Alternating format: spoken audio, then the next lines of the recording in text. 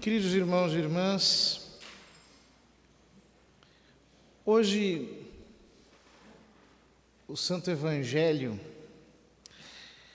faz uma afirmação muito eloquente da parte de Nosso Senhor. Ele diz: todo aquele que disser alguma coisa contra o Filho do Homem será perdoado.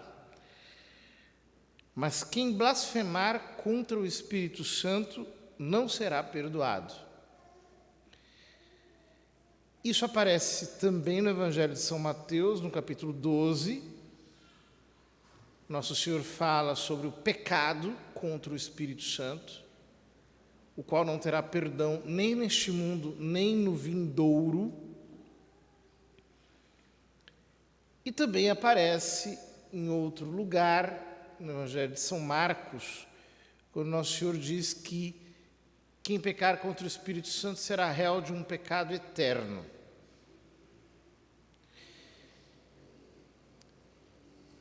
Então a gente se pergunta, mas que pecado é esse?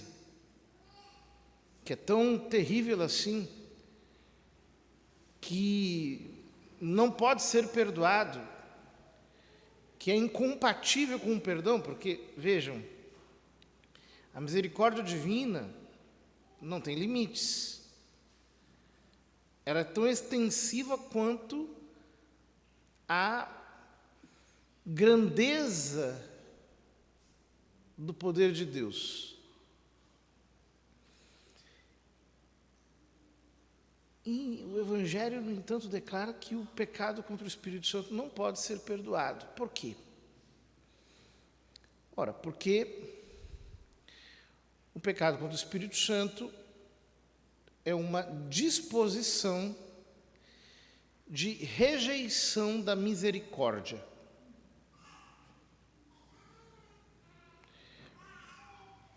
E não é uma disposição qualquer, é uma disposição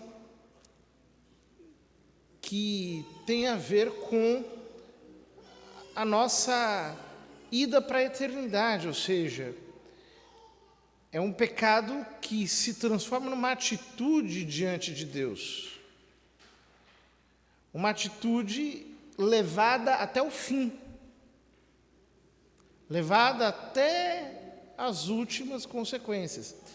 É importante dizer isso porque, às vezes, alguém já me perguntou: Padre, eu acho que eu pequei contra o Espírito Santo, eu estou me sentindo culpado porque a Bíblia diz que não tem perdão esse pecado, né? Bom, só o fato da pessoa estar dizendo isso significa que ela não pecou contra o Espírito Santo. Porque o pecado contra o Espírito Santo tem como característica um fechamento total à misericórdia de Deus. E esse fechamento se manifesta de 6 modos. O Catecismo de São Pio X traz enumerados os 6 pecados contra o Espírito Santo. O primeiro é negar a verdade conhecida como tal. Ou seja, nós sabemos que algo é verdade, mas nós nos opomos àquilo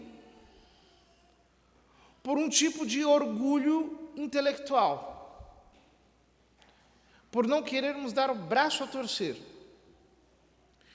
E nos mantemos racionalmente fechados para que nós possamos ver a verdade de Deus. Isso acontece com muitas pessoas que se fanatizam em alguma posição. Às vezes até em alguma posição teológica. Então a igreja diz, não é assim. Os santos dizem, não é assim. Os melhores teólogos de todos os tempos, os doutores da igreja dizem, não é assim. A coerência da doutrina cristã diz, não é assim, mas ele adquiriu uma heresia e ela se mantém fanaticamente na sua mente. E ele não se arrepende disso. Ele nega a verdade conhecida como tal. Você pode mostrar, você pode dizer, você pode argumentar, você pode expor a verdade, tentar dirimir aquela questão, não adianta. A pessoa está ferreamente apegada ao erro, sabendo que aquilo é errado. Isso é um pecado contra o Espírito Santo. Deus não pode perdoar isso. Quer dizer, você está vendo que algo é errado, mas você não quer abrir mão do erro por puro capricho, então você está renegando a graça, está rejeitando a fé. Isso aqui não pode ser perdoado, não tem jeito, porque a própria pessoa se fechou para a possibilidade do perdão. Outro pecado contra o Espírito Santo, ter inveja das mercês que Deus faz a outrem. Ou seja, eu vejo, por exemplo, o Padre Pio fazendo um milagre. E ao invés de eu ficar feliz e alegre por causa daquilo, eu fico com raiva do Padre Pio, querendo que ele não exista.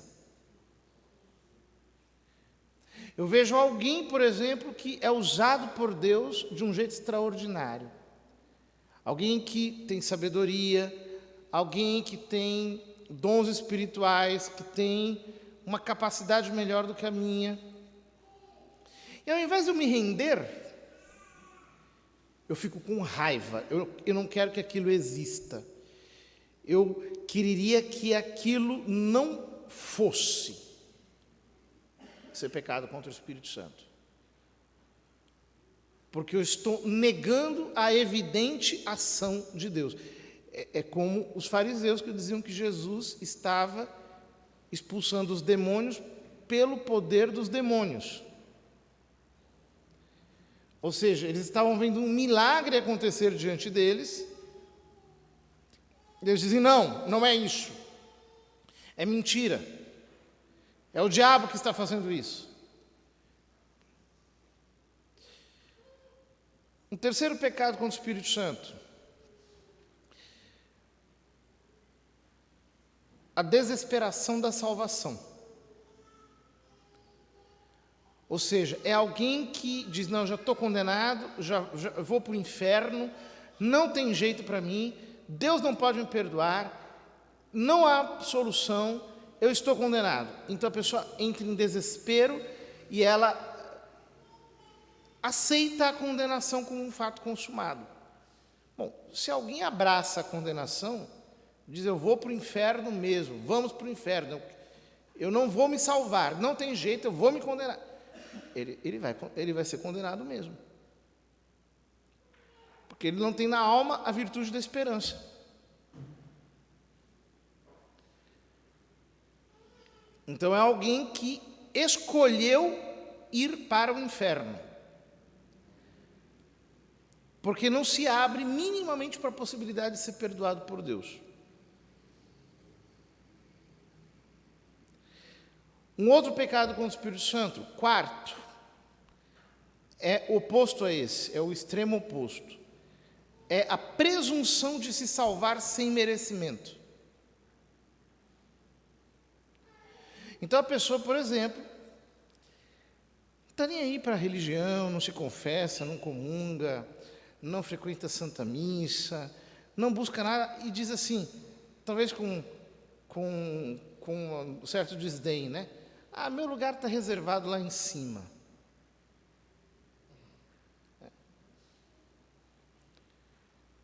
Uma vez eu estava numa festa de casamento, eu geralmente não vou em festas de casamento, porque é infalível, sempre acontece alguma coisa. Padre, né? Padre atrai, assim, bêbado, gente herege, gente estranha, vem assim, né? Então sempre acontece alguma situação constrangedora. Bom, nós estávamos num casamento, um bêbado chegou lá e me falou, né? A bênção, padre, e tal, né? Com a cachaça na mão lá, com a bebida, né? Assim, o senhor está vendo, eu não sou muito católico, não, mas meu lugarzinho está reservado lá em cima, né? Falei, não está não. Não está. Não se engane, não está. A gente só tem reserva garantida no inferno. Para lá, o diabo garante o lugar. É só você querer mesmo. Não tem dificuldade. Não faça nada, você vai parar lá. O céu, nós precisamos nos empenhar. Temos que rezar, temos que ter vida de penitência, temos que nos confessar, temos que comungar. Ah, não, mas eu sou da igreja, eu canto na missa. Você já viu no Evangelho aparecer alguma coisa assim? Cantaste e, portanto, serás salvo. Não existe isso. É quem se arrepender dos seus pecados, é quem comer minha carne, etc. Né? Há uma certa exigência. Então, é pecado contra o Espírito Santo uma pessoa que fica brincando com a salvação. Aí fulano, deixa para lá, no final das contas Deus vai me salvar. Isso é pecado contra o Espírito Santo. Se você não se arrepender disso e levar a sua salvação a sério, você vai ser condenado. Você precisa se arrepender. Quinto lugar, obstinação no pecado. Então, a pessoa sabe que algo é pecado, porque está na palavra de Deus, está no ensino da igreja, está em 2000 anos de fé cristã. Não tem ninguém, não há nenhum santo que tenha dito o contrário daquilo.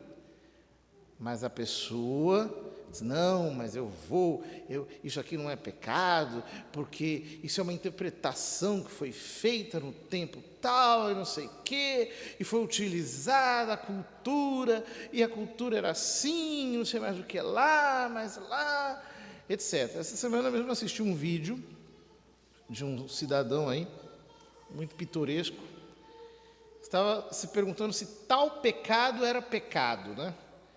E estava dando argumentação sobre aquilo. Isso é uma fábula, é uma coisa inacreditável, como que eles se empenham por criar ideologias para desmistificar o pecado.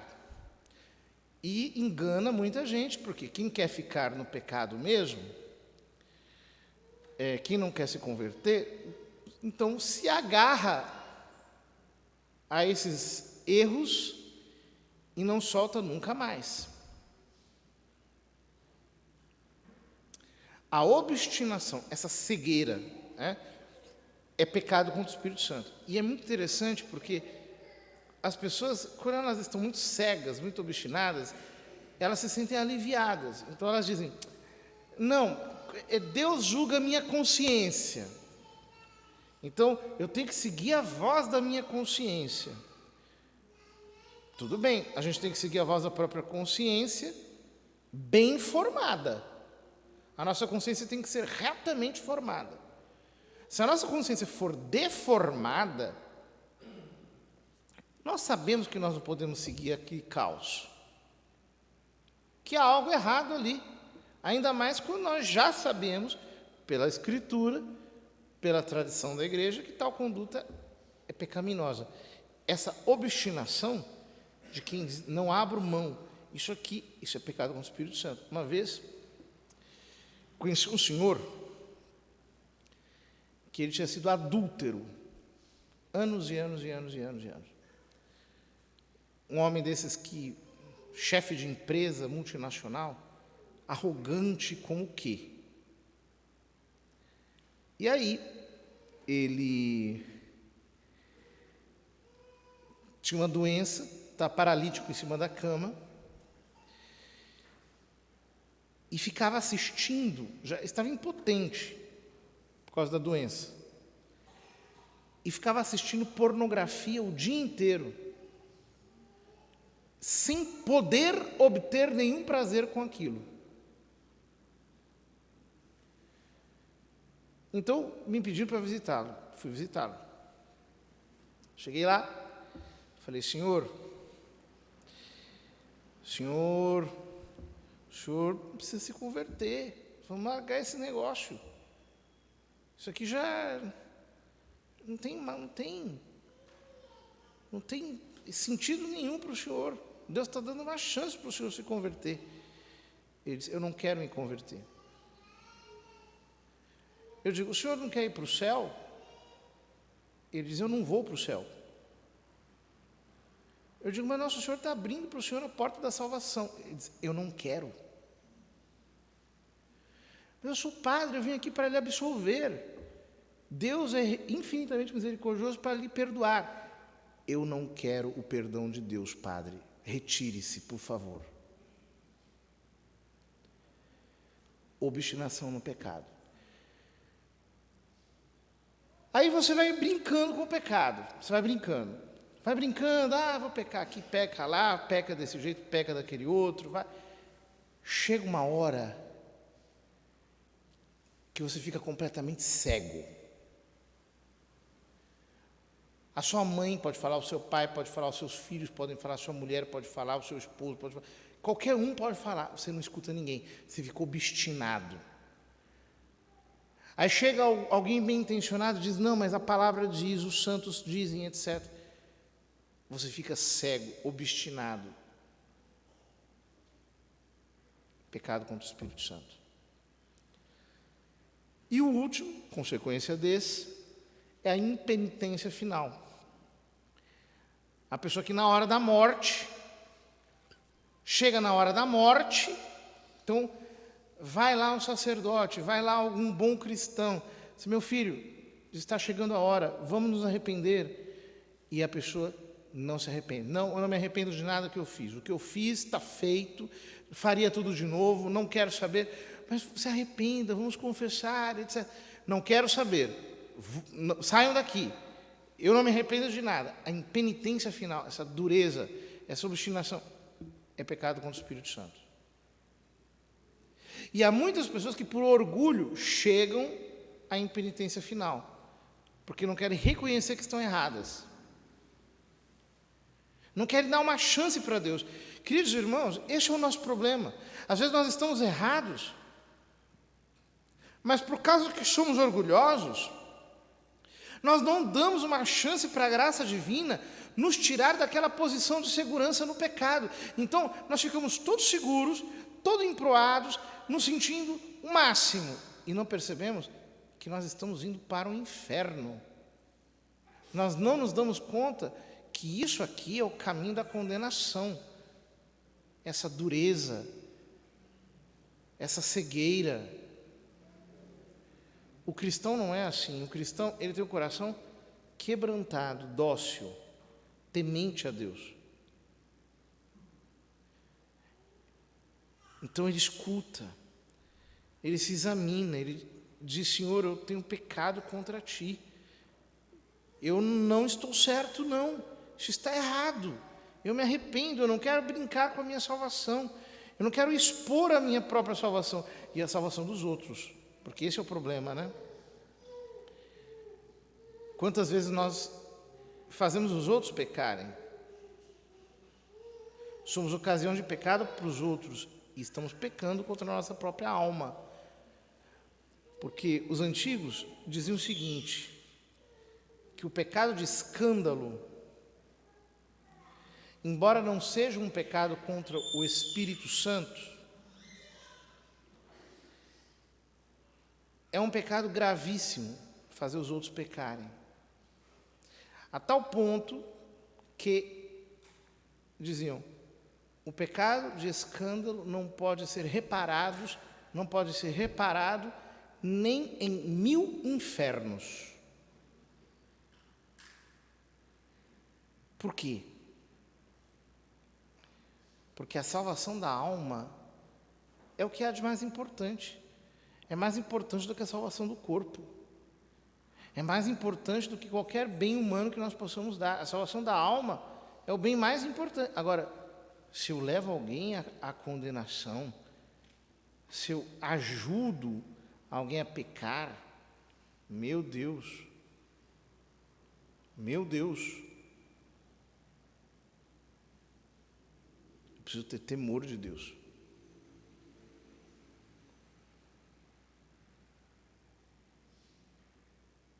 Vamos pedir ao Senhor que nos conceda grande temor. Santa Teresa, cuja festa celebramos ontem, quando descreve a sua conversão, disse isso na homilia de ontem, que está no Telegram. Aliás, hoje eu estive em Barra Mansa, no Rio de Janeiro. Cheguei agora há pouquinho de viagem.